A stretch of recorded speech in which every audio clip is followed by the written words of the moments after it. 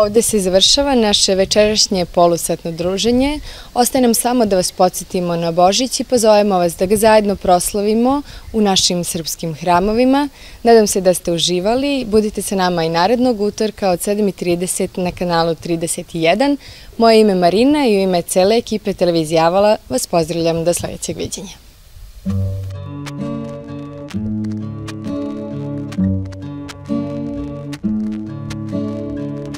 Da li si spavala, da li si sanjala, kako se ruši avala?